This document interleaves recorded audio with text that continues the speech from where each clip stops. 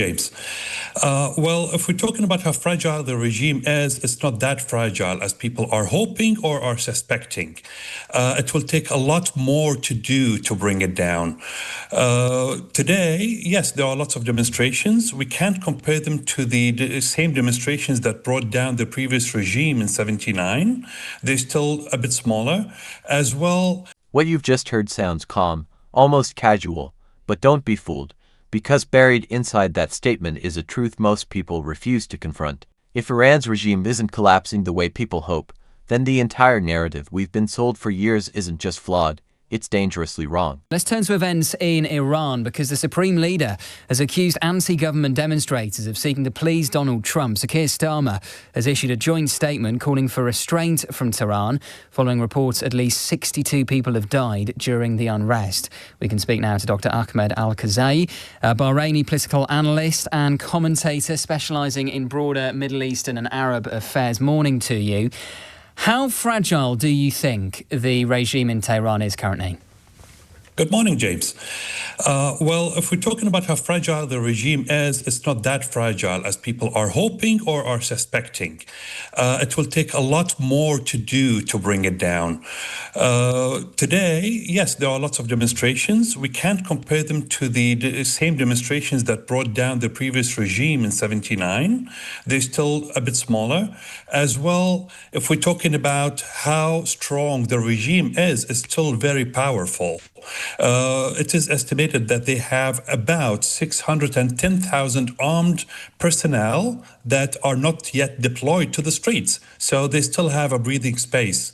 And do you think they will deploy those armed personnel? Because Donald Trump has been very clear. He's used the language of "we are locked and loaded" if the regime turns its fire on these protesters. Which makes the Iranian regime tasting a bit of their own medicine that they made the rest of the Middle East taste over the past at least 45 years. Yes, no regime will come down without fighting, especially a tyrant one like the one we have in Iran today.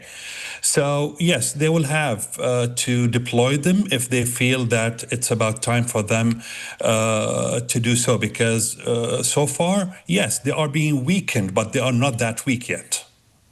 Is this, I take the point you make that it's probably not as fragile as many of the opponents of the regime would like to think. But is this the closest we have come since 1979 to the regime being overthrown?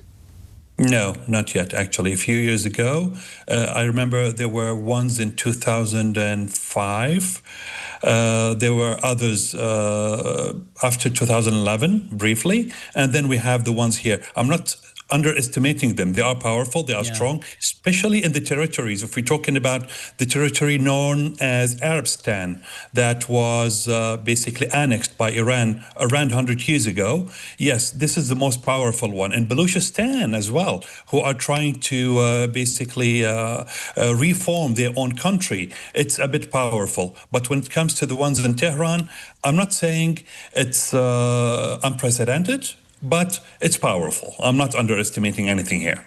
Donald Trump has suggested that Ayatollah Khomeini might try to flee the country if things get really serious. Where would he go? Would he go to Russia? Well, these are, from my point of view, of course. I'm not talking with information. I'm talking from a background.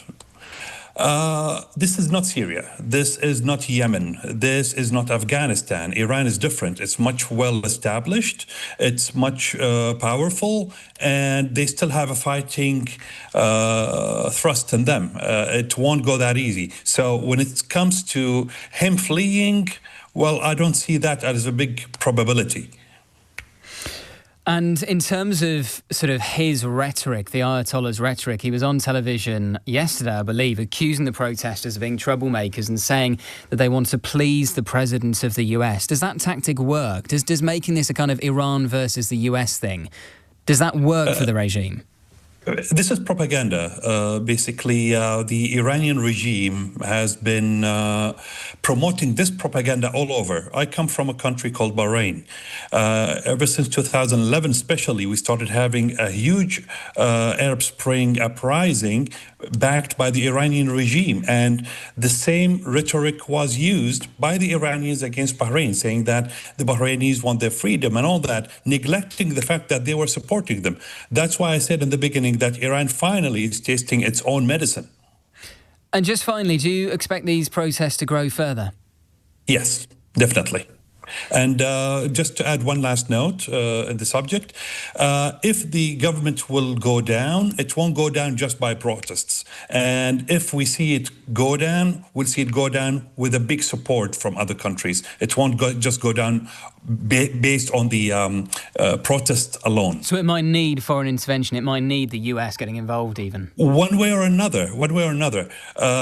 If, for example, the West does not recognize these protesters, it won't go further and it won't be more powerful and won't have a bigger stance. It is because of the international recognition. It will go further with further recognition. Dr. Ahmed Al-Kazai, really appreciate your time. Bahraini political analyst and commentator specialising in broader Middle Eastern and Arab affairs. I do get the sense that the story in Iran is far from over.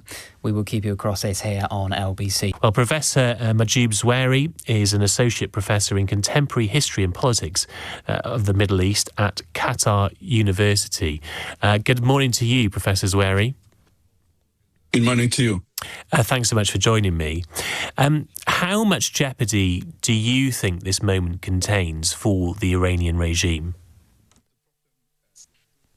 I think Iran, in an important juncture now, considering what was happening in Iran last year, especially in summer 2025, where Israel initiated war against Iran, and also the United States attacked the 3 nuclear facilities.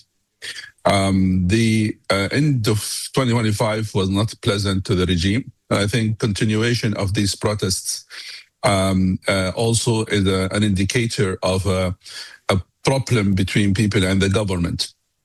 But having said that, let's admit that the problem is rooted, which is in economy. Iran under sanctions for more than 45 years. More than 2,000 kind of sanction imposed on Iran since that time. At least now there are a very important sanction are activated in Iran on Iran recently after the end of the nuclear deal, where basically they hit hard the economy of Iran. And I think the question today in Iran and across the globe is what's happening in Iran because of sanction or of bad management of the economy, or actually both. Because the government, the regime knew this. They know that sanctions are hitting them hard. Why they are not doing enough to reduce that pressure which caused by sanctions? If there is corruption, why they are not tackling it? If there is bad management, why they are not solving it? Considering the statements made by the Supreme Leader last week and the President Masoud Pezeshkian, they say there is a problem within the management of the economy. They sacked or basically the director of central bank, but this was not enough. They are basically putting more than $250 million to the economy last week, hoping that this will help the currency price, but it's not doing enough. So I think this is the nature of what's happening today. Of course, ordinary people, they don't have time for this. They are looking at the end, at the new Iranian year, which will be 21st of March. They want to celebrate the new year. They don't have enough money. They don't have enough. They cannot achieve what they want. They cannot buy what they want to feel happy of the new year. So, there is a huge gap between what people think and what politicians and analysts think. Do you think that this is the greatest moment of peril since 1979 for the Ayatollah, or do you think that that's overblown at the moment? Considering one fact, which is what's happening in Iran last summer. If you take this into consideration and add to that Iran has lost its regional role and I would say power on the region after what happened in Syria in December 2024, considering those two factors, yes, it's a critical moment to the regime. And what replaces the regime? Because the Crown Prince, who lives in America, I think it is, isn't it? After, obviously, his family had to flee after the revolution in 1979. He said he doesn't want to necessarily replace the regime. He wants elections. So would that be the path out of the religious regime? Would it be a sort of democratization process? You know, the minute outsiders intervening, the minute the regime is becoming more aggressive. As someone who's worked in Iran for nearly 25 years, Iran is the regime is becoming more aggressive the minute they have statements from outside. And I think what we are seeing in the last 24 hours is happening because of those statements from the Crown Prince of Iran previously and other statements from Washington. And I think yesterday there is a statement from UK, France, and Germany as well. So those statements is pushing the regime to become more aggressive against its own people. And actually, those statements has caused more delay of the reform in Iran. Of course, this is not justification, but this is I would say making a statement on why is Iran is not pushing enough toward reform. What is the major weakness of this protest? And previously, they have no head, they have no organization, they have no people who can basically say do this and don't do that, and that is what the regime use, because they don't have address, so they can say this person or this organization or this political party or this political body is basically behind the protests. And that is what the regime succeed in the last 20 years. Basically, they removed any kind of potential internal power that can cause and that can be helpful in such a moment where there is a protest. And I think that's what the regime is investing in now. That's the reason why they are now basically cutting off internet from Iran for nearly now 48 hours, and did exactly what they have done after Israeli attack on June 2025. They cut off the country of the internet for nearly 4 days until they basically control the whole security scene. Then they open it again. So I think what they are doing now is trying to recontrol the security scene before they allow any kind of impact of the outsider statements or accusation or criticism to spread within the Iranian society. Okay. Fascinating. Professor Majoud Zweri, thank you very much indeed for your time this morning, talking about the latest situation in Iran there. For years, we've been conditioned to believe that protests automatically mean collapse, that anger guarantees revolution, and that pressure alone forces change. But history doesn't work that way. Power doesn't vanish simply because people want it gone. What we are witnessing in Iran is not a system on the verge of sudden collapse, but a regime under strain that is still standing, and that distinction matters far more than most are willing to admit. Fragile systems panic, but strong systems calculate. They wait, they absorb pressure, and they tighten control. When outside voices step in with threats, declarations, or moral judgments, the regime doesn't crumble, it consolidates. Protest movements need more than courage. They need leadership, organization, and direction. And without those, anger becomes noise, and noise is something entrenched power knows how to silence. This is the uncomfortable reality many analysts avoid, because it clashes with hope and complicates the story. But pretending a system is weaker than it actually is how dangerous miscalculations are made. And miscalculations don't just fail in theory, they fail in real lives, on real streets, with real consequences. The question is not whether people are suffering, because they are. The real question is whether suffering alone is enough to dismantle a deeply rooted system of power, and history's answer to that question is far harsher than most people are prepared to accept.